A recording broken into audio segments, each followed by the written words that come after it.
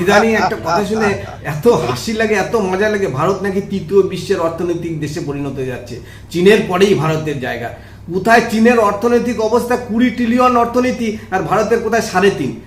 চীন কত 1949 সালে রিপাবলিকান চীন তৈরি হয়েছে, আর ভারত 1947 সালে স্বাধীন হয়েছে। খুব একটা ডিফারেন্স নেই, অথচ অর্থনৈতিক দিক থেকে চীন কোথায় 20 ট্রিলিয়ন আর কোথায় 3.5।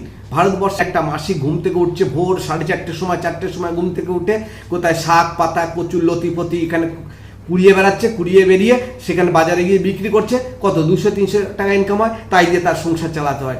একটা মানুষ সেন্টারিংয়ের কাজ করছে, রাজের যুগালে কাজ করছে, কত 300-400 টাকা মাইনে পায়, তাই দিয়ে 4জন-5জন করে সংসার ফ্যামিলি তাদের মেনটেন করতে হয়।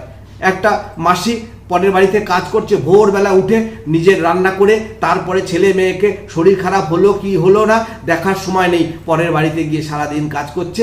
মাসের শেষে কত ইনকাম করে? 4,000, 5,000, 6,000, 8,000 ইনকাম করলো, তাই দিয়ে তার সংসার চালাতে হয়। এত কষ্ট করে সংসার চালায়।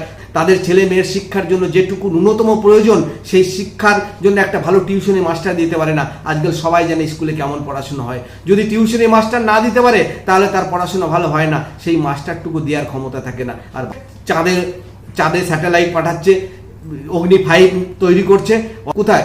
জাপান, জার্মানি, ইংল্যান্ড, ফ্রান্স, এরা অর্থনৈতিকভাবে মাথা পিছু তো বিরাট ইনকাম। কই, ওরা তো চাঁদে পাঠাচ্ছে না, ওরা তো স্যাটেলাইট তৈরি করার জন্য এত পাগল হয়ে যাচ্ছে না। আর আমাদের কোটি কোটি টাকা খরচা করে এক একটা স্যাটেলাইট, এক একটা অগ্নি-5, চাঁদে লোক পাঠাচ্ছে, এত কিছু করছে, অথচ মাথা পিছু মানুষের আয় খুবই কম। আর তারপরে বলছে আমরা তৃতীয় অর্থনৈতিক দেশে পরিণত হয়ে যাচ্ছে ভারত। এটা আমাদের শুনে খুব ভালো লাগছে। আচ্ছা বাবা, যে জিনিস তৈরি করছিস খুব ভালো জিনিস তৈরি করছিস, তাতে আমাদের গর্ব, কিন্তু মাথা পিছু আয়টাকে ঠিক রাখ। মানুষ যে হারে পরিশ্রম করে সেই অনুযায়ী মানুষের আয় হয় না, তবু তার ছেলে পুলে নিয়ে অনেক কষ্ট করে বাঁচতে হচ্ছে।